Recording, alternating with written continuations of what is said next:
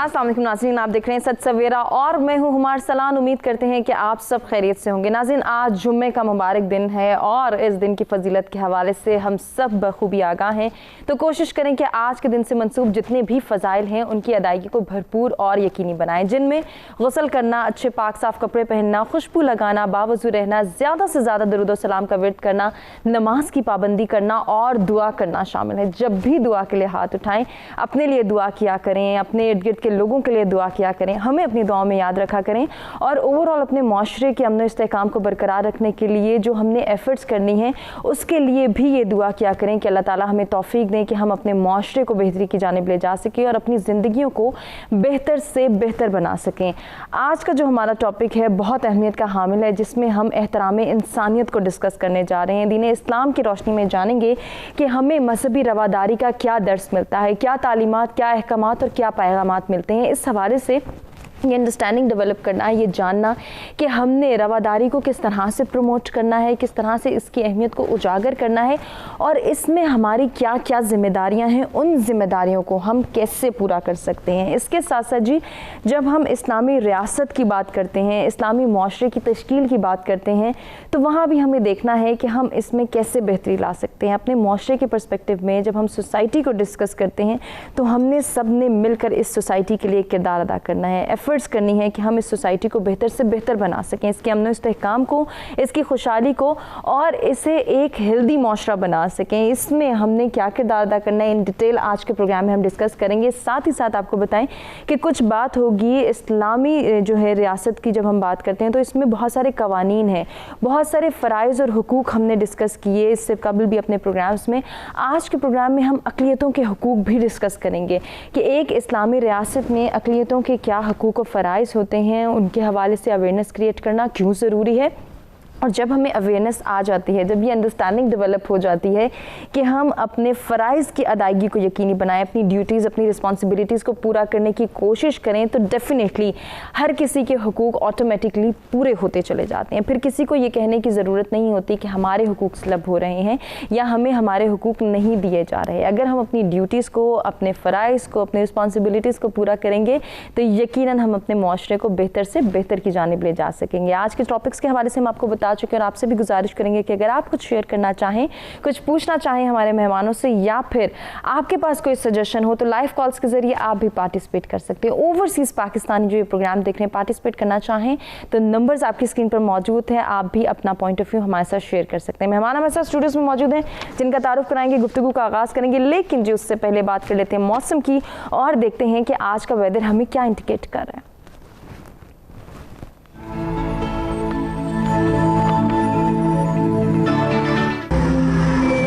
इस्लामाबाद के वेदर से maximum temperature 40, minimum 27 degree centigrade.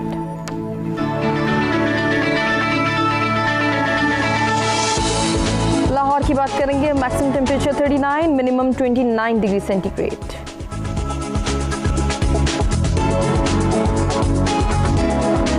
रुक करेंगे कराची का, maximum temperature 35, minimum 30 degree centigrade.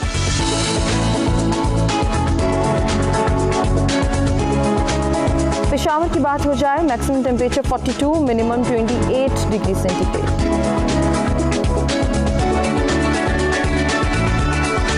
Quetta का अहवाल आपको बताएं, maximum temperature 35, minimum 18 degree centigrade.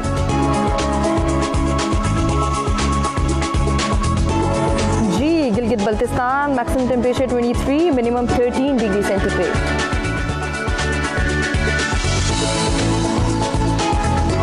Last में बात करेंगे मुजफ्फराबाद की, maximum temperature 37, minimum 19 degree centigrade आज रिकॉर्ड किया गया है। जी मौसम की सूरत हाल आपने जानी, आज के टॉपिक के हवाले से भी आप जान चुके हैं। जो मेहमान हमारे साथ स्टूडियोज़ में हैं जल्दी से उनका तारुफ कराते हैं जी और प्रोग्राम का बाकायदा आगाज़ करते हैं। सबसे पहले हमें ज्वाइन करिए, इस्लामिक स्कॉलर हैं, आप सब उनको जानते हैं, हमारे मुख्तलिफ प्रोग्राम्स में आती रहती हैं, नाहिदा राजपूत। खुशामदीद कहेंगे, अस्सलाम वालेकुम। वालेकुम अस्सलाम। बहुत शुक्रिया नाहिदा साहिबा आपकी तशरीफ़ आवरी का। आज की दूसरी मेहमान को भी खुशामदीद कहेंगे, एजुकेशनिस्ट हैं हमारे साथ मिसबा शमीम साहिबा, आपको भी खुशामदीद कहेंगे और बहुत शुक्रिया अदा करना चाहेंगे आपका भी कि आपने अपना शुक्रिया जी, आपने मौका दिया यहाँ पर आने का बहुत शुक्रिया। आज की तीसरी मेहमान नात ख्वां हैं, वेलकम करेंगे। सलमा खान हमारे साथ मौजूद है और आपसे ही गुजारिश करेंगे कि इस प्रोग्राम का बाकायदा आगाज़ करें हमदे सनाए रब्बे जलील पेश करके। ला इलाहा इल्लल्लाह, ला इलाहा इल्लल्लाह, ला इलाहा इल्लल्लाह, ला इलाहा इल्लल्लाह। उसी के नाम से आगाज़ है इस शाहनामे का, हमेशा जिसके दर पर सर झुका रहता है खामे का, उसी ने एक हरफे कुन से पैदा कर दिया आलम, कशाकश की सदाए हाऊ से भर दिया आलम, निज़ामे आसमानी है उसी की हुक्मरानी है, बहारे जावेदानी है उसी की बाग़बानी है,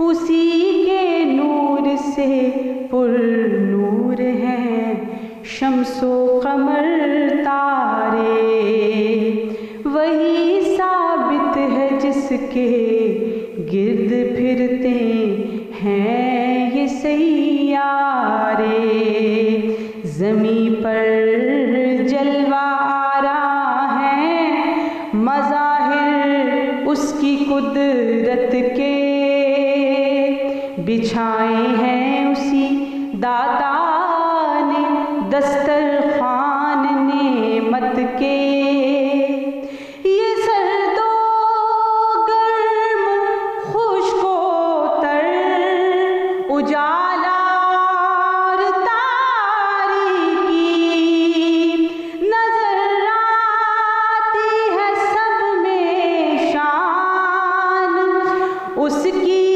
ज़ात बारीकी, वही है कायनात और उसकी मखलूक़ात।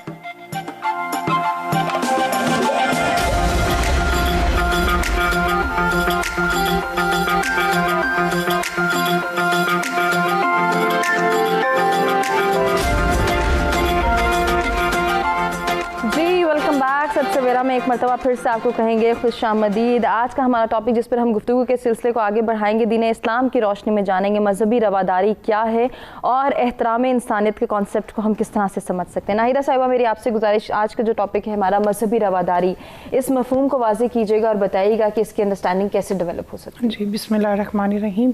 अल्लाहुम्मा सल्ली अला सय्यदिना व मौलाना मुहम्मदिन व अला आलिहि व सहबिहि व बारिक वसल्लिम। तमाम देखने और सुनने वालों को आज का ये मुबारक दिन जुम्मतुल मुबारक बहुत ज़्यादा मुबारक हो, और आज के इस मुबारक दिन में जितना हो सके हजूर अलैहिस्सलातु वस्सलाम की ज़ात मुबारका पे दुरूद सलाम का नजराना जो है वो आप लाजमी पेश करें। आपका आज का जो मौजू है वो आज के जो मुआशरे को अगर देखा जाए तो उसके तनाजुर में बहुत ही अच्छे मौजू का आपने इंतखाब किया हमेशा की तरह। तो मजहबी रवादारी, एहतराम इंसानियत, ये सबसे पहले जिस दीन ने इन दो अनासिर को प्रमोट किया वो मेरा और आपका, हम सब का दीन, दीन इस्लाम ही है। एहतराम इंसानियत का दर्स जो हजूर अलैहिस्सलातु वस्सलाम ने ना सिर्फ अपनी जो है वो तालीमात के ज़रिए दिया, बल्कि उसको रोल मॉडल बन के दिखाया। आपने अपने एक्ट से, आपने खुद करके और फिर खुद रोल मॉडल बन के बताया कि एहतराम इंसानियत होता क्या है, मजहबी रवादारी होती क्या है। मजहबी रवादारी को इंशाल्लाह आगे चल के हम डिस्कस करेंगे। एहतराम इंसानियत की सबसे बड़ी जो मिसाल है वो हमें मिलती है फ़तह मक्का के मौका पर। आप फ़तह मक्का पे हुज़ूर अलैहिस्सलाम के पास जो है वो सारे इख्तियारात मौजूद थे, लेकिन आपने वो एक मिसाल बन के लोगों को दिखाया कि जब आपका जो आपका इख्तियार है वो आपका, और जो आपका असल इखलाक है वो नज़र ही तब आता है जब आपको अल्लाह पाक ने पूरा इख्तियार दिया हो। लेकिन जब आप मजलूम हो और आप कहें कि मैंने जो है वो एहतराम इंसानियत की एक बुलंद मिसाल कायम कर दी, तो वो तो आप तो मजलूम थे, आप तो कुछ कर ही नहीं सकते थे। तो हमारा दीन इस्लाम, हमारा मज़हब हमें जो है इंसानियत में ना सिर्फ इंसानियत की में जो है वो मिसाल पेश करता है, ना सिर्फ इंसानियत के साथ बेहतरीन इखलाक पेश करने का हुक्म देता है, बल्कि हमारा जो मज़हब है वो तो जानवरों के भी हकूक़ बयान करता है। मतलब इंसानों के हकूक़ तो बिल्कुल अभी हम उनको टच ही नहीं कर रहे हैं। उसमें तो आपके इनफरादी हकूक़, आपके आइली हकूक़, आपके इज़्दवाजी हकूक़, आपके मुआशरती हकूक़, मतलब एक लिस्ट है हकूक़। बिल्कुल ऐसे ही है, ठीक है। और वो हकूक़ जो मगरिब ने 1400 साल बाद जो है वो आमतुन्नास को दिए, इस्लाम ने 1400 साल पहले वो तमाम हकूक़ जो थे वो इंसानों को अदा कर दिए। तो हमारे तो इस्लाम में जो है वो तो जानवरों के भी हकूक़ है। अब इससे बढ़ के एहतराम इंसानियत जो है वो किसी और मज़हब में हम क्या ढूंढें, जबकि हमारा अपना मज़हब जो है इसके लिए एक सबसे जो है वो बुलंद मिसाल कायम करता है। यकीनन बहुत खूबसूरत स्टार्ट आपने लिया। मिसबा साहिबा, आप इसमें क्या ऐड करना चाहेंगे एहतराम इंसानियत के हवाले से, जैसे कि अभी बात हो रही है, तो इस कॉन्सेप्ट को हम किस तरह से अंडरस्टैंड कर सकते हैं? यकीनन ये बहुत अहमियत का हामिल है, लेकिन कहीं ना कहीं हम ये देखते हैं कि हम जानते हैं, समझते हैं, बूझते हैं, लेकिन हम उसको इम्प्लीमेंट नहीं कर पाते। कहाँ फ्लॉज आते हैं आपकी नज़र? बिस्मिल्लाहिर्रहमानिर्रहीम। पहले तो सब नाज़रीन को जुम्मा मुबारक कि आज का मुक़द्दस एक दिन है, बाबरकत दिन है, तो अल्लाह ताला हमें इसके फ़वाइद से फैज़याब होने की तौफ़ीक़ अता फ़रमाए। उसके बाद मैं अपनी जो साथी हैं इनकी बात को लेकर आगे चलूँगी कि इस्लाम जो है it is A complete code of life, मुकम्मल ज़ात हयात है। ये सिर्फ हमने एक जुमला पढ़ना नहीं है, इसको हमने समझना है अपनी प्रैक्टिकल लाइफ में। जैसे अभी आपने कहा कि हम कहाँ पर फ्लॉ करते हैं कि उसको इम्प्लीमेंट नहीं कर सकते। अगर हम कुरान मजीद की तालीमात को देखें और अपनी हम जो स्कूल में एजुकेशन लेते हैं वो भी हम सिर्फ एग्ज़ाम पास करने के लिए ना देखें, उसको बाकी इम्प्लीमेंट करें, तो कुरान मजीद की एक बहुत ही प्यारी बात है कि जो मैं अक्सर देखा करती हूँ और उसको पढ़ती हूँ तो मुझे बहुत ही अच्छा लगता है और मैं लोगों से भी शेयर करना चाहूँगी। वो ये है कि जब हज़रत मूसा अलैहिस्सलाम को अल्लाह ताला ने तौहीद की दावत देने के लिए फ़िरौन के दरबार में भेजा था, तो उस वक्त हुक्म दिया था कि मूसा फ़िरौन से नरमी से बात करना। सही।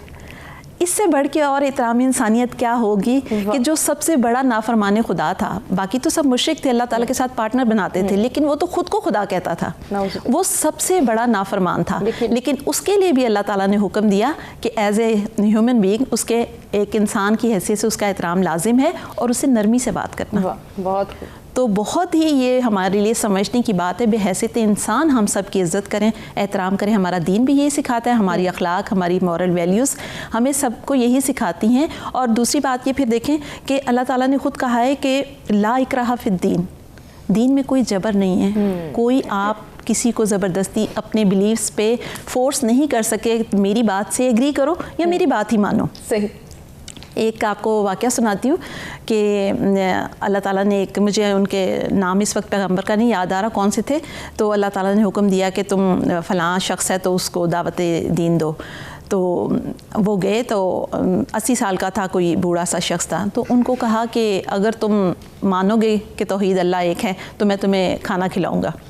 तो अल्लाह ताला ने फ़ौरन ही वही आ गई कि वो 80 साल उसकी उम्र है और मैंने शर्त नहीं लगाई, 80 साल से मैं उसकी सारी ज़रूरतें पूरी कर रहा हूँ और मैंने उसको नहीं कहा कि तुम मुझे मानो, और आपने एक दिन के खाने के लिए उनको ये कह दिया कि जब अगर तुम अल्लाह को एक मानोगे तो मैं तुम्हें खाना खिलाऊंगा। तो ये है एहतराम इंसानियत कि हम बेहैसियत इंसान एक दूसरे की इज़्ज़त करें, एहतराम करें, चाहे वो हमसे एग्री करे, चाहे वो हमारे दीन को फॉलो करे या ना करे, लेकिन उसका एहतराम करना, उसकी बेहैसियत इंसान उसकी इज़्ज़त करना, उसकी एहतराम करना हमारे पे सब पे फ़र्ज़ है। और मुआशरा तभी एक अच्छा मुआशरा बन सकता है, पुरअमन मुआशरा बन सकता है जब हम सब की इज़्ज़त करते हैं, एक दूसरे का एहतराम करते हैं, एक दूसरे को रिस्पेक्ट देते हैं। तो मेरा ख्याल से कि दीन इस्लाम को अगर हम फॉलो करेंगे और उसको सही इम्प्लीमेंट करने की कोशिश करेंगे, सिर्फ हम बातों में ना करें, उसको एग्ज़ाम पास करने के लिए ना करें या दरस तदरीस के लिए ना करें, हम उसको अपने आप से स्टार्ट करें। बिल्कुल, ये बहुत अपनी ज़ात से शुरू करें। अपनी ज़ात से शुरू करना क्यों ज़रूरी है और हम किस तरह से इसका आगाज़ कर सकते हैं कि हम ये एहतराम इंसानियत के कॉन्सेप्ट को यकीनन समझते हैं, इसकी अंडरस्टैंडिंग हम सब के अंदर मौजूद है, लेकिन इम्प्लीमेंटेशन में कहीं हम रुकावट महसूस करते हैं, क्यों आर महसूस करते हैं एक दूसरे से बात करने में, एक दूसरे की बात को बर्दाश्त करते क्यों नहीं हैं। बहुत सारे ऐसी कॉम्प्लिकेशंस हैं, बहुत सारे ऐसे एस्पेक्ट्स हैं जिनको डिस्कस करना इस टॉपिक से रेलिवेंट बहुत ज़रूरी है। उन सबको डिस्कस किया जाएगा। एक ब्रेक की जानिब हमें बढ़ना है, ब्रेक से वापस आते हैं इन डिटेल गुफ्तगू के सिलसिले को आगे बढ़ाते हैं।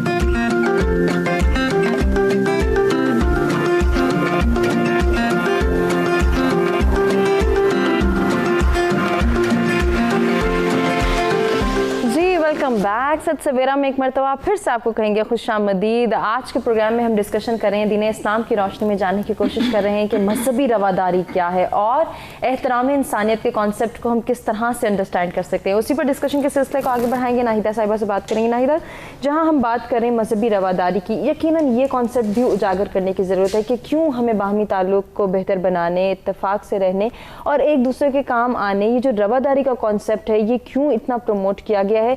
शायद इसी वजह से कि हम एक साथ रह सकें, एक दूसरे के साथ मिलकर इस मुआशरे की तश्कील कर सकें और फिर उसमें रहते हुए एक दूसरे की फलाह व बहबूद के लिए भी सोच सकें। फरमाइएगा। जी बिल्कुल। बिस्मिल्लाहिर्रहमानिर्रहीम। सूरह अल-हुजरात में अल्लाह पाक जो है वो फरमाते हैं कि हमने तुमको एक मर्द और एक औरत से पैदा किया और तुम्हारे फिर मुख्तलिफ ग्रोह और कबाइल इसलिए बनाए ताकि तुम लोग अपनी शनाख्त कर सको।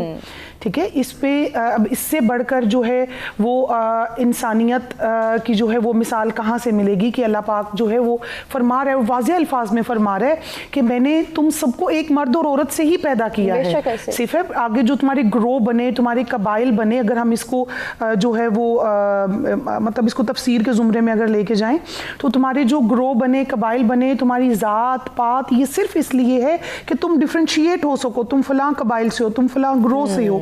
फिर हजरतुल विदा के मौका पर हुजूर अलैहिस्सलातु वस्सलाम ने बिल्कुल वाज़ेह अल्फाज में फरमा दिया कि किसी काले को किसी गोरे पे, किसी गोरे को किसी काले पे और फिर किसी अरबी को अजमी पे और किसी अजमी को अरबी पे कोई फोकियत हासिल नहीं है। अगर फोकियत है तो वो तुम्हारा मुत्तकी होना, तुम्हारा परहेजगार होना, सिर्फ ये है। तो जो अल्लाह और उसके रसूल ने हमारे लिए एक पैमाना रख दिया वो तकवा का रख दिया। ठीक है, तो हमें जो हम लोग आजकल जो मेहनत करते हैं, हम जिस चीज़ से हमें हमारा इस्लाम और अल्लाह और उसका रसूल मना फरमा रहा है कि ज़ात पात और ग्रोह और ये सब चीज़ें जो है सिर्फ तुम्हें डिफ्रेंशिएट करने के लिए हैं, ये तुम्हारा वो जो है लेवल अप और डाउन करने के लिए नहीं है। तुम्हारा लेवल अप और डाउन करने के लिए तो अल्लाह पाक ने और अल्लाह और उसके रसूल सल्लल्लाहु अलैहि वसल्लम ने एक मेयार रखा और वो है तकवा, जिससे जो है वो अल्लाह माफ़ करे हम लोग कोसों दूर हो चुके हैं। हमारी अभी आपने जिस तरह से वो फरमाया कि जो है आखिर ये वजह क्या और फिर फलाह बहबूद। अब फलाह बहबूद तो हुमा दूर की बात है, हम तो हमारे मुआशरे का ये हाल हो चुका है। मैं ओवरऑल बात नहीं कर रही हूँ, मतलब कुछ तबकात और कुछ जो है वो ऐसी लॉबीज़ हैं जो किसी से सलाम करना पसंद नहीं करते, ठीक है, किसी से बात करना पसंद नहीं करते। लेकिन अगर दूसरी तरफ ही देखा जाए तो बहुत से ऐसे लोग हैं जो फलाह बहबूद के लिए काम कर रहे हैं, जो लोगों की और जिनका जो है वो उठना बैठना ही जो है वो चैरिटी और ये लोगों की जो है वो इमदाद करना और वही अल्लाह का जो हुक्म है उसको दुनिया में जो है इंसानियत पे जो है वो नाफिज करने में लगे हुए हैं। बिल्कुल ऐसा ही है। बहुत अच्छे तरह से आपने इसको एक्सप्लेन किया। इस पर जैसे हम अभी बात करें सोसाइटी के पर्सपेक्टिव में, तो हम ये देखते हैं कि इस वक्त हमारी सोसाइटी में बहुत सेल्फिशनेस बढ़ती चली जा रही है, मैं, मेरा और मेरे लिए। इसके अलावा हम कुछ सोचते नहीं है। ये मजहबी रवादारी क्या है, एहतराम इंसानियत क्या है, क्यों हमें एक दूसरे के साथ रहने का हुक्म दिया गया, एक दूसरे के बारे में सोचने का हुक्म दिया गया है। इवन हम जब हकूक़ की बात करते हैं, हकूक़ व फ़राइज़ को और हकूक़ुल इबाद को डिस्कस करते हैं, तो हम तो हमसाये के हकूक़ ही पूरे नहीं कर सकते। अगर पूरी ज़िंदगी अपनी लगा दें फिर भी हम जो है इससे आशना नहीं होते कि हमने एक दूसरे के साथ रह कर चलना है, एक दूसरे को देखते हुए एक दूसरे का दर्द महसूस करना है। हम तो बस कहते हैं हमारा हो जाए पूरा, बाकी सब जाएं जहाँ जाना है। जी, आपकी बात बिल्कुल ठीक है कि हम लोग अपने हकूक़ की ज़्यादा बात करते हैं और दूसरों के फ़राइज़ की ज़्यादा बात करते हैं। यहाँ से मसला हमारा शुरू होता है मुआशरे में, क्योंकि जब हम अपने फ़राइज़ का सोचेंगे तो हम अपने फ़राइज़ को ज़्यादा अच्छे तरीके से अंजाम देंगे तो दूसरों के हकूक़ खुद ब खुद पूरे होंगे। क्योंकि देखिए ना, हमारे जो फ़राइज़ हैं दूसरा का हकूक़ हैं और दूसरे के जो फ़राइज़ हैं वो हमारे हकूक़ हैं। हम अपने फ़राइज़ पे इतना फ़ोकस नहीं रहते जितना हम हकूक़ के बारे में सोचते हैं, और हम इसी बात पे कन्फ्लिक्ट हमारा होता है कि हमें हमारा हक नहीं मिला। ऐसे ही है। तो हम कहीं ये सोचते क्यों नहीं है कि हमने किसी का हक तो नहीं मारा हुआ, हमारी क्या ड्यूटी थी। हमें सेल्फ एनालिसिस भी करनी चाहिए कि हमारी वजह से किसी का हक तो नहीं मारा जा रहा, हम क्या कर रहे हैं। और सबसे बड़ी मिसाल मैं आपको दूँ आज के माशरे में, जो कि हमारे लिए सबके लिए एक मशले राह है, वो है ईदी साहब का, जो एहतराम इंसानियत में उनसे बढ़ के पूरी दुनिया ने उनको एक्नॉलेज किया है। उससे बढ़ के तो कोई है ही नहीं। उन्होंने मज़हब के, रंग, नस्ल के फ़र्क को मिटा कर जो हमारी इस्लाम की तालीमात थी, वो कहीं के स्कॉलर नहीं थे, कहीं के उन्होंने कोई डिग्रीज़ नहीं ली हुई थी, कुछ नहीं था, लेकिन उनके अंदर जो इंसानियत का जज्बा था वो हमारे लिए मशले रहा है। बिल्कुल, इसी को कंटिन्यू करेंगे मिसबा, आप ही से डिस्कशन के सिलसिले को आगे बढ़ाएंगे। नाज़रीन, हमें एक ब्रेक की जाने बढ़ना है, लेकिन ब्रेक पे जाने से पहले हम सलमा से गुजारिश करेंगे कि वो बारगाह रिसालत में आप सल्लल्लाहु अलैहि वसल्लम में हदिया इनात पेश करें। सल्ले अला नबीना सल्ले अला मुहम्मदिन। सुनो के सारी सनाओं का है वक़ार दुरूद, पढ़ो कि नाते नबी का है शाहकार दुरूद। दुरूद ही का ये फैज़ान है, मिली है हयात,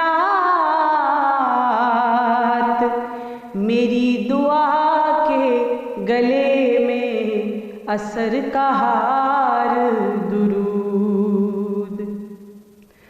दुखों ने तुमको जो घेरा है तो दुरूद पढ़ो कि गम के मारों का गम में है गम गुसार दुरूद, कि गम के मारों का गम में है गम गुसार दुरूद। सल्ले अला नबीना सल्ले अला मुहम्मदिन। मेरे ख्याल में रोशन नबी का पैकर है, मेरे शऊर के चेहरे का है निखार दुरूद। नसीब होगी तुझे दीदे मुस्तफ़ा पे हम, सहर के वक्त तो दिल में ज़रा उतार दुरूद। नबी के शहर में रहने को घर जो मिल जाए, नबी की ज़ात पे करते रहें निसार दुरूद। नबी की ज़ात पे करते रहें निसार दुरूद। सल्ले अला नबीना सल्ले अला मुहम्मदिन सल्ले अला शफीना सल्ले अला।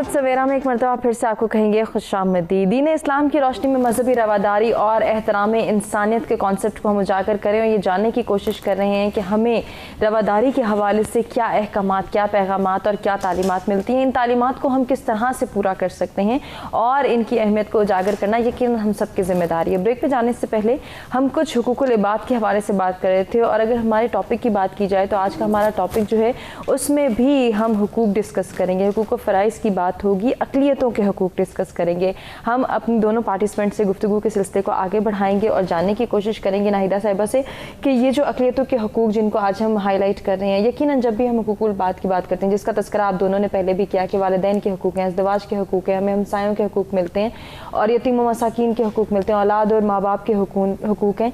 वहीं हम ये देखते हैं कि हमें अक़लियतों के हुकूक के हवाले से भी आगाह किया गया है। मैं चाहूँगी कि आप गुफ्तगू के सिलसिले को आगे बढ़ाएं। जी बिल्कुल, जैसा कि मैंने बिल्कुल आगाज़ में अर्ज़ किया था कि हमारा जो दीन है वो जानवरों के हकूक़ भी इस्लाम में जो है वो इम्प्लीमेंट करवाता है। तो ये कैसे हो सकता था कि अक़लियतों के हकूक़ जो हैं वो इस्लाम में ना नाजिल होते या उनके अहकामात जो हैं वो ना बयान किए जाते।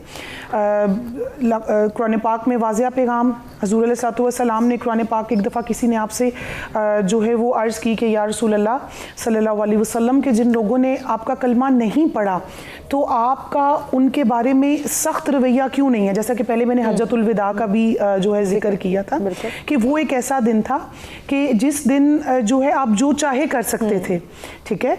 और आपके मक्का में अबू लहब के जो दो बेटे थे वो बहुत पेश थे। जब मक्का में हुज़ूर सल्लल्लाहु अलैहि वसल्लम की जो है मुखालफत हुई तो वो आपके बड़े दुश्मनान जो थे उनमें उनका शुमार होता था।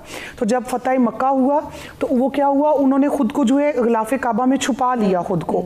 तो हुज़ूर सल्लल्लाहु अलैहि वसल्लम को मालूम हुआ कि ये वो वहाँ पे छुपे हुए हैं, तो आपने उनको वहाँ से निकाला और फरमाया कि आज मैंने तुम्हें माफ़ फरमा दिया, मैंने तुम्हें माफ़ कर दिया।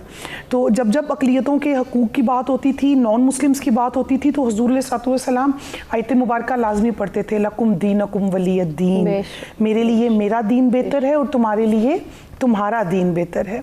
एक दफ़ा नजरान के ईसाइयों का वफ़द आया आपकी बारगाह में, तो आपने उनको मस्जिद नबवी में ठहराया और आपने उनको ओपन हैंड दिया कि तुम अपनी इबादत अपनी मर्ज़ी से मस्जिद नबवी में पूरी आज़ादी से कर सकते हो।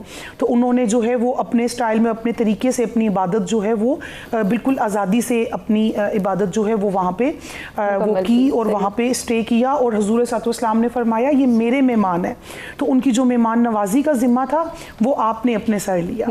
आपके ज़माने में ही एक दफ़ा एक मुसलमान ने एक ईसाई का कत्ल कर दिया, एक क्रिश्चियन का कत्ल कर दिया।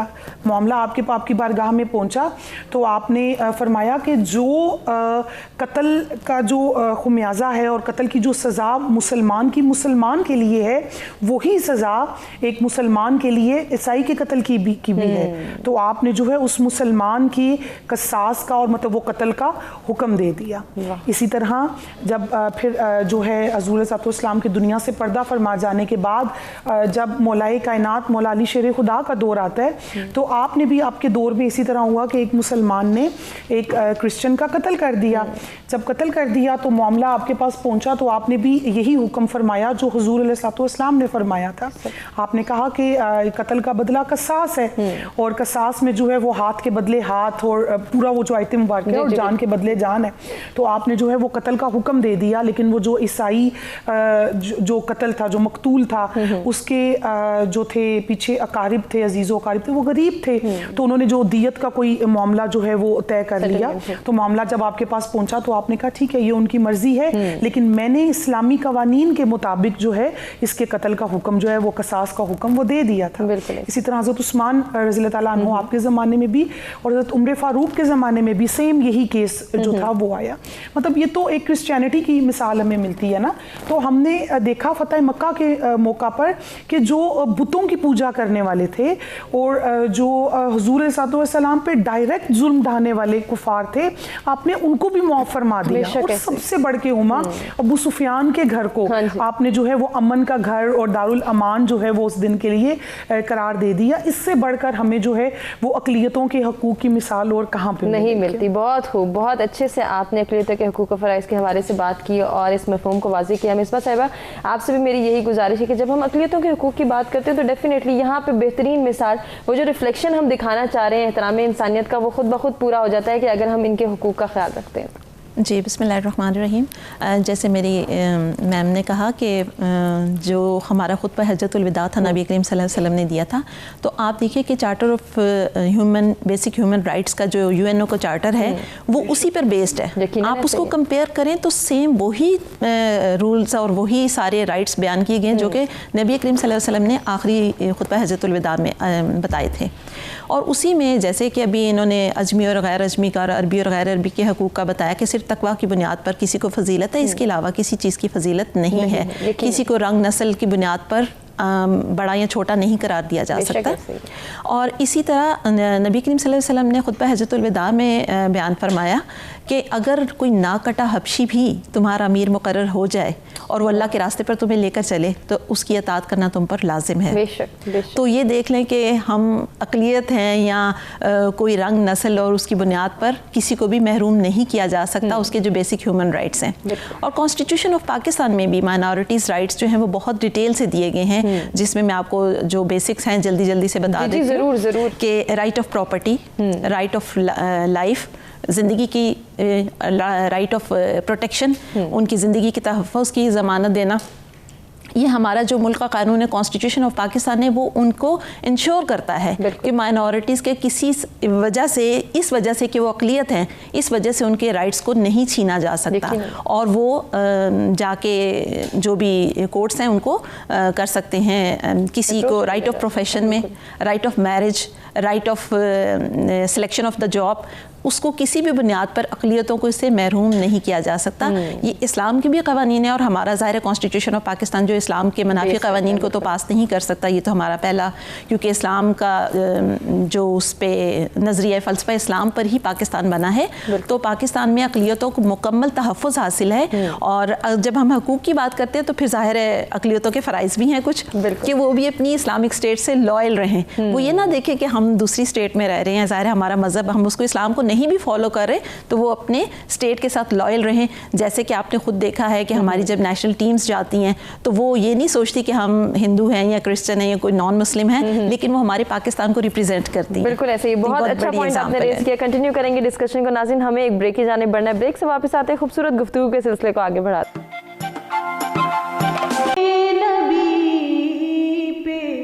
चला गया हुआ यूं कि फिर शबे हश्र तक मेरी खाक से ना उठा गया, मुझे रोशनी की तलाश थी।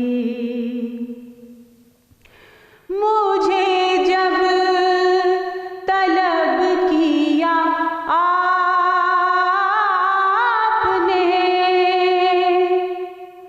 वो घड़ी थी मेरे उरूज की।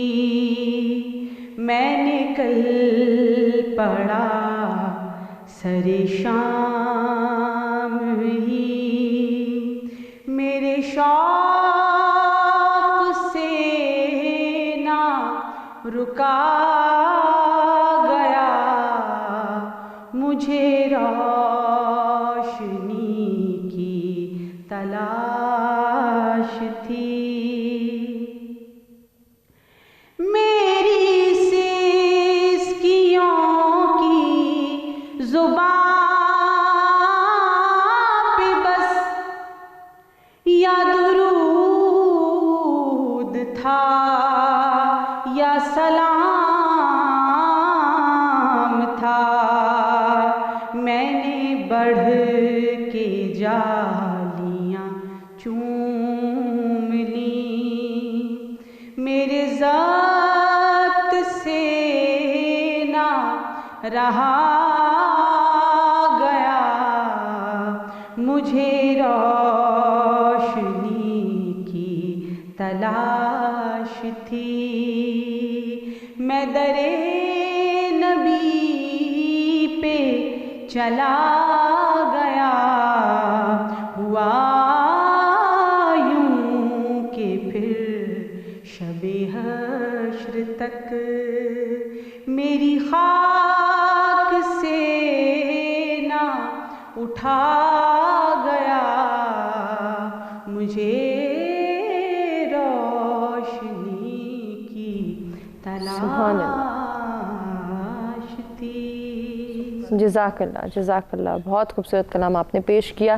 गुफ्तगू के सिलसिले को आगे बढ़ाएंगे। महज़्ज़ब मुआशरे की तश्कील के लिए इस्लामी तालीमात क्या हैं, उनको समझना क्यों ज़रूरी है। नाहिदा साहिबा फरमाइएगा इस हवाले से।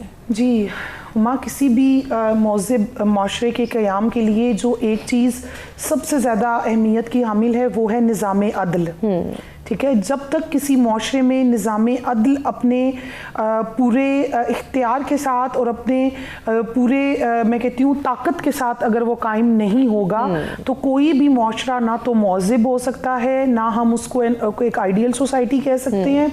अब अगर देख लें, पाकिस्तान को देख लें तो हमारे यहाँ निज़ाम अदल नाम की चीज़ है ही नहीं। ठीक है, अब इसकी हम वो डेप्थ में इसकी डिस्कशन में हम नहीं जाते। हम अगर वेस्ट की तरफ अगर नज़र दौड़ाएं तो वहाँ पे आपको जो चीज़ जो है वो उनको सुपीरियर करती है वो उनका निज़ाम अदल है। ठीक है, सिर्फ निज़ाम अदल की वजह से ही वो मुआशरे जो हैं वो तरक्की पा गए और हम जो हैं वो तरक्की पजीर और बिल्कुल जो है वो पस्ती की लाइन में आ गए हैं। ठीक है, अब इस पे जो है हम लोग स्पीचलेस हो जाते हैं। अब देखने और सुनने वालों में से बहुत से लोग सोचेंगे कि एक निज़ाम अदल की वजह से एक महज़्ज़ब मुआशरा कैसे तश्कील पा सकता है। देखिए, अब फॉर एग्जांपल किसी के साथ भी कोई ज़्यादती होती है, वो ज़्यादती चाहे चोरी है, चाहे कोई फ्रॉड है, चाहे कोई किसी का मर्डर हो गया, चाहे मतलब कुछ भी हम कोई भी हम उसमें कह सकते हैं, तो उसको इंसाफ चाहिए होगा। जब इंसाफ नहीं मिलेगा तो वो दूसरी लोग जो है वो राहें इख्तियार करते हैं। फॉर एग्जांपल किसी के प्यारे का कत्ल हो गया, किसी के रिश्तेदार का, वो जो है अदालतों के चक्कर लगा लगा के उसको इंसाफ नहीं मिलता तो कुछ लोग क्या करते हैं, बदला लेने के लिए इल्लीगल तरीके से अगले का मर्डर कर देते हैं। ठीक है, तो इससे क्या होता है कि हमारे मुआशरे में जो है वो फैलती है, इसको क्या वर्ड कहेंगे, बिल्कुल इंतशार फैलता है, ऐसे ही है। तो मैं जो है वो सिर्फ इस सिंगल पॉइंट पे ही बात करूंगी कि महज़्ज़ब मुआशरे के लिए, और इसकी जो मिसाल है वो हमें हुज़ूर अलैहिस्सलाम की हयात तैयबा से मिलती है। बिल्कुल मिलती है। ठीक है, आपने जब जो है मदीना की रियासत का क़याम अमल में लाया तो आपने अदल को ना सिर्फ उसकी तालीमात दी बल्कि उसको इम्प्लीमेंट करके दिखाया। ठीक है, आपने, और इसकी सबसे बड़ी मिसाल और क्या मिलेगी कि आपने फरमाया, जब वो एक चोरी का केस आपके पास आया तो आपने फरमाया कि अगर इस बच्ची की जगह मेरी बेटी, मेरी लख्ते जिगर फातिमा होती तो मैं उसकी भी हाथ काटने का हुक्म दे देता। अब इससे बढ़कर जो है वो हमें और क्या मिसाल मिले। बिल्कुल, क्यों आज ये मिसाल हम अंडरस्टैंड नहीं कर पाते, क्यों इम्प्लीमेंटेशन को यकीनी नहीं बना पाते। मिसबा साहिबा, आपकी तो ये फील्ड भी है, यही आपका प्रोफेशन भी है, तो क्यों कवानीन की पासदारी नहीं कर पाते हम, और क्यों अदल व इंसाफ का बोलबाला नहीं हमारे मुल्क में? जी, इसकी बहुत सारी वजूहात हैं। ज़ाहिर है उसकी डेप्थ में इतनी डिटेल गुफ्तगू तो आज हम नहीं कर सकते, लेकिन जो कुछ प्रॉब्लम्स हैं या जो कुछ इश्यूज़ हैं वो सबसे पहले मैं जो समझती हूँ कि पहले तो हमें अदल को डिफ़ाइन करना चाहिए कि अदल है क्या। जैसे कि इन्होंने अभी बात की है कि जस्टिस और अदल, हर शख्स कहता है कि मुझे अदल नहीं मिला। अदल को समझने की ज़रूरत है कि अदल को डिफ़ाइन कैसे करना है। हर शख्स को उसका जो हक़ है वो उसको मिलना चाहिए। सही, बग़ैर उसकी रंग, नस्ल, ज़ात पात की, उसकी तफरीक के बगैर डिस्क्रिमिनेशन नहीं होनी चाहिए। अब कौन फैसला करेगा कि किसका क्या हक़ है? हकूक़ तो वो हैं कि जो कॉन्स्टिट्यूशन में दे दिए गए, जो हमारे रिलीजन में दे दिए गए, वो हकूक़ हैं, उसका तयन हर शख्स ने खुद करना है कि हमारा कहाँ पर हक़ है और कहाँ पर दूसरे का हक़ शुरू है। जैसे कि एक मिसाल बहुत पुरानी आपने सुनी भी होगी कि एक शख्स जो है वो जा रहा था वॉक करते हुए, तो अपनी अम्ब्रेला यूँ घुमाता हुआ जा रहा था, तो दूसरे शख्स पास से गुजरा तो उसकी टच हुई नाक, तो उसने कहा कि आप ज़रा ख्याल करें, आप ये क्या कर रहे हैं? तो उसने कहा मैं आज़ाद मुल्क का आज़ाद शहरी हूँ। तो उन्होंने कहा आपकी आज़ादी वहाँ ख़त्म हो जाती है जहाँ से मेरी नाक शुरू होती है। सही। तो बिल्कुल आज़ादी और आपके हकूक़ और आपका अदल वहाँ पर ख़त्म हो जाता है कि जहाँ पर दूसरे के हकूक़ शुरू हो जाते हैं। यकीनन, यकीनन। तो हमें सिर्फ अपने लिए हकूक़ की बात नहीं करनी, हमें दूसरों के हकूक़ की भी बात करनी है। जब अभी आपने अदल का कहा कि हमारे माशरे में उसका क्यों फुकदान है, वो फुकदान इसलिए है कि जिसके पास जितनी अथॉरिटी है वो उसको यूज़ करता है, वो उसे क्या कहते हैं, abuse of authority. Abuse of authority सिर्फ आप प्रैक्टिकली नहीं करते, आप लैंग्वेज में भी करते हैं। अगर हमारे घर में मेड्स हैं, हम उनके साथ भी कहीं ज़्यादती कर देते हैं क्योंकि हमें पता है कि वो मजबूर हैं। इसी तरह हम प्रोफेशनल लाइफ में देखें कि जिसके पास थोड़ी सी भी अथॉरिटी है वो दूसरे को कहते हैं अच्छा I will teach him a lesson, और उसको फायर करना और उसको लेसन सिखाना। हम ये नहीं देखते कि हम अल्लाह ताला को भी अकाउंटेबल हैं, हमने अल्लाह को जवाब देना है। हम अपने आप को, और इसी तरह जैसे अभी आप निज़ाम अदल की बात करें तो निज़ाम अदल भी यही है कि जजेस को अगर उनको फ्री छोड़ दिया जाए कि जितना आपका बड़ा ओहदा होता है उतनी आपकी जिम्मेदारी भी बड़ी होती है। यकीनन होती है, लेकिन ये हम समझते नहीं हैं। अच्छा, जब हम बात करते हैं कि दीन इस्लाम की रोशनी में नाहिदा साहिबा हमें ये तालीमात मिलती है जिनका हम तज़किरा भी कर रहे हैं बारहा, अब इन तालीमात से हमारी दूरी कहाँ से आ गई? ये फुकदान जो हमें, ये फ्लॉ जो नज़र आता है कि हम अपने दीन से दूर होते चले गए, यकीनन तभी हमारी इतनी ज़्यादा कॉम्प्लिकेशंस, इतने कॉन्फ्लिक्ट्स रेज हो गए और हमारा माशरे में बहुत सारी जो है वो नाहमवारियाँ जन्म लेने लगी। इनको हमवार करने के लिए, इनको बेहतर करने के लिए, इनको कंट्रोल करने के लिए दीन से जो हमारी दूरी है इसको हमें ख़त्म करना होगा। कैसे कर सकते हैं? इसका जो है बेहतरीन हल है हुमा, वो यही है कि नॉलेज, तालीम, और तालीम भी जो है वो क्या कि आप जो है अब जो हमारी नस्लें हैं, हमारी आने वाली नस्लें हैं, इनको इस्लाम पढ़ाएं। सही, ठीक है। इस्लाम जो है दीन इस्लाम का जो सबक है और जो इसकी हिस्ट्री है वो सिर्फ मदरसों की हद तक उसको ना रखें। सही, ठीक है, बल्कि हमारे जो है वो सिलेबस में इन चीज़ को शामिल होना चाहिए। आप हम सैयदना हज़रत उमर फ़ारूक रज़ी अल्लाह ताला अन्हु, उनके ज़माने से बढ़ के हमें और अदल कहाँ पे मिलेगा? ठीक है, जहाँ पे जब वो सबको माले गनीमत मिलता है और जो कपड़ा मिलता है उसमें एक शख्स का जोड़ा नहीं बन सकता, जुबा नहीं बन सकता, लेकिन अगले दिन कुछ दिन के बाद हज़रत सैयदना उमर फ़ारूक रज़ी अल्लाह ताला अन्हु वो जोड़ा पहन के आ जाते हैं।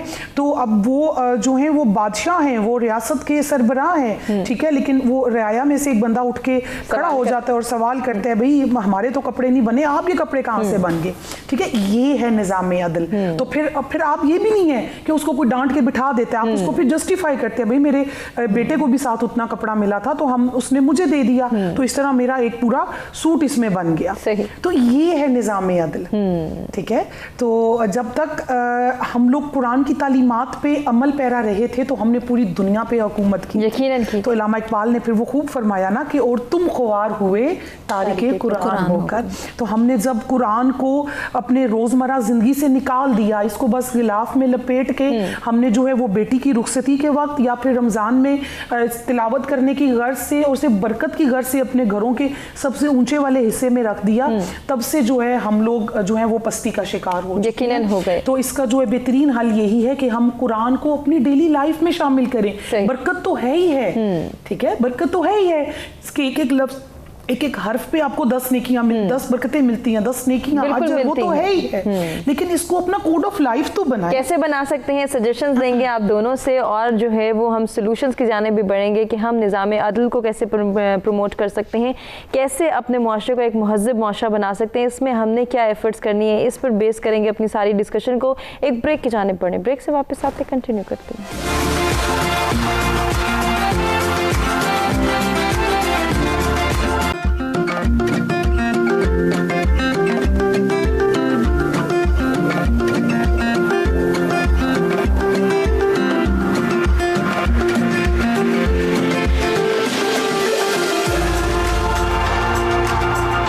बाकी सद सवेरा में एक मरतबा फिर से आपको कहेंगे खुशामदीद। हमारे आज के प्रोग्राम का ये लास्ट सेशन है जिसमें हमेशा की तरह हम सॉल्यूशंस और सजेशंस पर बात करेंगे और जानेंगे अपने दोनों मेहमानों से कि किस तरह से हम एहतराम इंसानियत के कॉन्सेप्ट को उजागर कर सकते हैं जब भी हम बात कर रहे हैं अक़लियतों के फ़राइज़ और हुकूक़ के हवाले से या फिर महज़्ज़ब माशरे की तश्कील में। इसके लिए सबसे ज़्यादा ज़रूरी है कि हम मजहबी रवादारी को अपनाएं और एहतराम इंसानियत के कॉन्सेप्ट को उजागर करें। इसके लिए क्या सॉल्यूशंस हैं, क्या सजेशंस हैं, क्या कहना चाहेंगे वो? नाहिदा साहिबा, आपसे स्टार्ट लेना चाहूँगी, क्या सजेस्ट करेंगे हमारे नाज़रीन को? जी, जैसा कि आपके टॉपिक्स की जो रेंज थी ना वो बड़े अच्छे तरीके से थी कि स्टार्ट में एहतराम इंसानियत पे हमने बात की, फिर हमने मजहबी रवादारी पे, मुसावात पे बात की, फिर हमने अक़लियत के हकूक़ पे बात की। तो और सिर्फ अगर हम इन 3-4 जिस पे हम टॉपिक्स पे आज बात की है, अगर हम इसी को अपनी ज़ात से ही स्टार्ट कर लें और हम जो है इनको इम्प्लीमेंट करना शुरू कर दें, तो वो जो हमारा आखिरी टॉपिक था महज़ब माशरे का क़याम, तो उसमें एक बहुत बड़ा रोल जो है हम बज़ाते खुद भी जो है वो अदा कर सकते हैं। ठीक है, तो ये बड़ी प्यारी रेंज थी कि ये करेंगे तो एंड पे जो है वो महज़ब माशरे का क़याम हो जाएगा। तो जो है एहतराम इंसानियत, आजकल आप जो है ना किसी छोटे से बच्चे का भी जब तक एहतराम नहीं करेंगे तो वो भी आगे से आपको बदले में एहतराम नहीं देगा। ठीक है, तो इंसानियत तो फिर वो एक बहुत जो है वो बड़े पहलू पे चली जाती है। तो अपने इखलाक दुरुस्त कीजिए और अपनी रोज़मर्रा की जो हमारी रूटीन है, हमारी लाइफ है, इसमें लाजमी आपके ना आपके चलते फिरते उठने बैठने में ना कुरान की झलक लाजमी नजर आए। बड़ी खूबसूरत बात। ठीक है, आप देखिए हज़रत आयशा सिद्दीक़ा रज़ियल्लाहु अन्हा आप फरमाया करती थी कि जिसने जो है वो कुरान को पढ़ना है वो हुजूर को देख ले। तो ये क्या था कि हुजूर अलैहिस्सलातु वस्सलाम चलता फिरता कुरान थे, आपकी सारी अदातो इतवार क्या थी, वो कुरान है। ठीक है, तो हम जो है वो उन जैसा तो वो हम हो ही नहीं सकते, ये तो सोचना ही हमारे लिए गुनाह है, लेकिन हम उनकी पर्सनैलिटी में से हम कोई तो एक एस्पेक्ट ले सकते हैं ना। ठीक है, और एक बहुत ही प्यारा एस्पेक्ट जो मुझे लगता है कि हुजूर जो है वो मुस्कुराया करते थे। ठीक है, उनकी आदत थी, उनका वो फेस ही माशाल्लाह से ऐसा था कि आपके चेहरे पे हर वक्त मुस्कुराहट रहती थी, आपका चेहरा हशाश बशाश रहता था। और हज़रत अनस जो आपकी जो है वो मैयत में बहुत ज़्यादा रहे हैं, 10 से 12 साल का अरसा आप रहे हैं, तो आप फरमाते हैं कि हुजूर सल्लल्लाहु के माथे पे मैंने आज दिन तक बल नहीं देखे, मैंने आपको कभी सख्त गुस्से में नहीं देखा, मैंने आपको छोटी छोटी बात पे गुस्सा होते हुए और ऊंची आवाज़ में बात करते हुए नहीं देखा, हमेशा आपका चेहरा हशाश बशाश और मुस्कुराता हुआ रहता था। और जो है हदीस पाक भी है कि किसी दूसरे मुसलमान बहन या भाई को देख के मुस्कुराना भी सदका है। तो इससे बढ़ के अब और हमारे लिए क्या रोल मॉडल होगा, क्या हमने जो है वो किसी और को मेंटोर बनाना या किसी और को आइडियलाइज करना, हमारे लिए तो जो है वो हमारे लिए बेहतरीन नमूना जो है हमारे लिए हुजूर सल्लल्लाहु की ज़ात मुबारका है। हमारे लिए जो है आपकी जो आल है, आपकी औलाद है, सैयदा कायनात के आप जो है उनकी ज़िंदगी को उठा के देखा, हमें तो कहीं और जाने की ज़रूरत ही नहीं है। हम अपने बच्चों को क्यों ये जो है फर्जी कहानियाँ, ये सिंड्रेला और इनकी जो है वो आइडियलाइज इनको करवाते हैं। हम अपने बच्चों को सैयदा ज़ैनब का किरदार क्यों नहीं आइडियलाइज करवाते, उन जैसी शुजाअत, उन जैसी बहादुरी और उन जैसा बात करने का स्टाइल वो किसी और का कैसे हो सकता है। तो महज़ब माशरे के क़याम के लिए जो है वो सिर्फ यही चीज़ ज़रूरी है कि हम वो जो दूर हो चुके हैं अपने इस्लाम से, हम उसके करीब जाएं। ठीक है, हमारा इस्लाम सिर्फ हमें, वो लोग कहते हैं ना जी, अगर किसी दीनदार बंदे के पास बैठ जाओ, हाँ जी ये तो नमाज पढ़ने का हुक्म देगा, ये तो बस नमाज नहीं, हमारा दीन सिर्फ नमाज का हुक्म नहीं देता, हमारा दीन तो आपको कंप्लीट कोड ऑफ लाइफ देता है। बिल्कुल देता है, और उसको समझना, उसकी इम्प्लीमेंटेशन को यकीनी बनाना, यकीनन अगर हम मिसबा साहिबा एक घर से स्टार्ट लें तो एक जो है वो माँ की ये जिम्मेदारी है कि वो अपने बच्चों की तरबियत में ये तमाम तर क्वालिटीज़ इनकलकेट करे कि जिसकी उन्हें ज़रूरत है, और आने वाले वक्त में वो प्रैक्टिकल इम्प्लीमेंटेशन को फिर यकीनी बनाएंगे। फरमाइएगा। जी बिल्कुल, बेहैसियत मदर जो है, मैं ज़ाहिर है अपने भी घर में एक बच्चों के साथ जो मेरा रवैया है, और बेहैसियत मुसलमान ओवरऑल सोसाइटी में जो एक माँ जो रोल प्ले कर सकती है वो रोल कोई और इतने अच्छे तरीके से प्ले नहीं कर सकता। और जैसे कि इस्लामी तालीमात की बात है तो मैं आपको यहाँ छोटा सा एक वाक़या सुनाऊँगी कि एक दफ़ा हज़रत आयशा के पास एक खातून आई और उसके साथ 2 बच्चियाँ थीं। तो हज़रत आयशा फरमाती हैं कि मेरे पास घर में कुछ भी नहीं था खाने को, तो मेरे पास एक खजूर थी एक्सक्यूज़ मी, तो वो खजूर मैंने दी, तो उन्होंने उसके 2 हिस्से किए उस खातून ने, और दोनों बेटियों को हाफ दे दी। तो और ये करके वो चली गई। तो जब नबी करीम सल्लल्लाहु अलैहि वसल्लम तशरीफ़ लाए तो हज़रत आयशा ने वो वाक़या बयान किया, तो हुज़ूर सल्लल्लाहु अलैहि वसल्लम ने फरमाया ये अदल और ये बराबरी जो है उसने अपने बच्चों में रखी है, उसको जन्नत में ले जाएगी। तो अभी आपने फैमिली लाइफ की बात की, तो ज़ाहिर है फैमिली लाइफ से लेकर professional life, overall social life में हमें बराबरी और अदम और बर्दाश्त को जो है वो फ़रोग़ फ़रोग़ देना है। एक दूसरे की बात को बर्दाश्त करना, एक दूसरों के एहतराम करना। जब हम अदम बर्दाश्त का मुज़ाहिरा करते हैं तो फिर हमें मुआशरे में अनारकी भी मिलती है, इंतशार भी मिलता है और मुआशरा बदअमनी का शिकार हो जाता है। जो जिसकी बात नहीं सुनी जाती या बर्दाश्त नहीं की जाती, जो पावर में है, वो अगर ज़्यादा अपनी पावर को इस्तेमाल करता है तो डेफिनेटली दूसरे के दिल में उसके बारे में रिवेंज के ख्यालात आते हैं, नेगेटिव ख्यालात आते हैं और उसी से फिर मुआशरा जो हमारा एक इंतशार का शिकार हो जाता है। एक छोटा सा वाक़या है कि हज़ूर सल्लल्लाहु अलैहि वसल्लम और हज़रत अबू बकर सिद्दीक़ जो थे वो दोनों खड़े हुए थे, तो एक शख्स आया और हज़रत अबू बकर सिद्दीक़ को बुरा भला कहने लगा। तो हज़रत अबू बकर सिद्दीक़ खामोशी से सुन रहे थे और नबी करीम सल्लल्लाहु अलैहि वसल्लम हल्का सा मुस्कुरा रहे थे। और जब उसकी बात ख़त्म हुई तो हज़रत अबू बकर सिद्दीक़ ने जवाब देना शुरू किया, तो हज़ूर सल्लल्लाहु अलैहि वसल्लम खामोशी से वहाँ से हट गए। तो बाद में हज़ूर सल्लल्लाहु अलैहि वसल्लम से शिकायत की हज़रत अबू बकर सिद्दीक़ ने और उन्होंने कहा कि या रसूलुल्लाह सल्लल्लाहु अलैहि वसल्लम, आप ना तो मेरी फेवर में बोले और आप ना वहाँ से हट के और वो शख्स मुझे बुरा भला कह रहा था। तो हज़ूर सल्लल्लाहु अलैहि वसल्लम ने फरमाया कि जब तक तुम खामोश थे, नहीं बोले थे, तो जिब्राईल अलैहिस्सलाम को मैंने देखा वो तुम्हारी जगह जवाब दे रहे थे और जहाँ पर तुमने बोलना शुरू किया तो मैं वहाँ से हट गया, क्योंकि जिब्राईल अलैहिस्सलाम चले गए थे वहाँ से, तो मुझे यही हुक्म था कि मैं वहाँ से हट जाऊँ। तो ये कि बर्दाश्त करना, एक दूसरे की बात को बर्दाश्त करना और दूसरों के राय को एहतराम देना।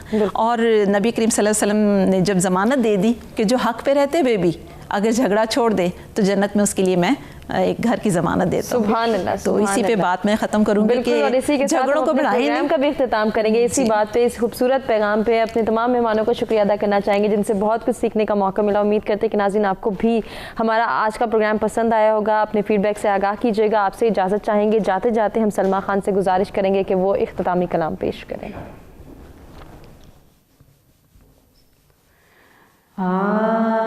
आपका सदका है दुनिया, जिंदगी है आपसे,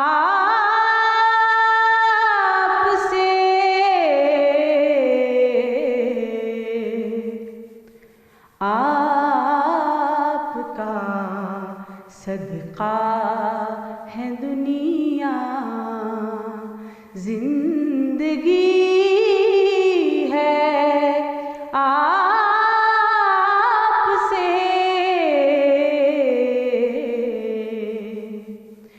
वुसअते कौनो मकाम में रोशनी है आपसे,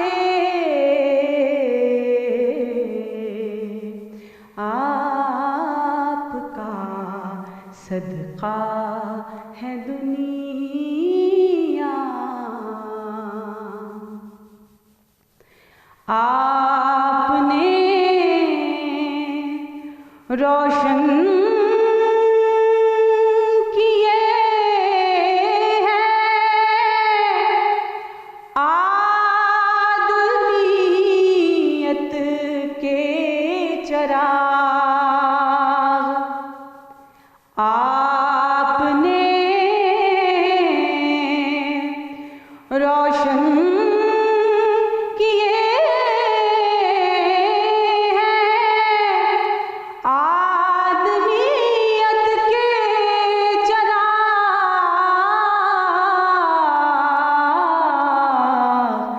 हर ज़माने में वक़ारे आदमी है आपसे, हर ज़माने में वक़ारे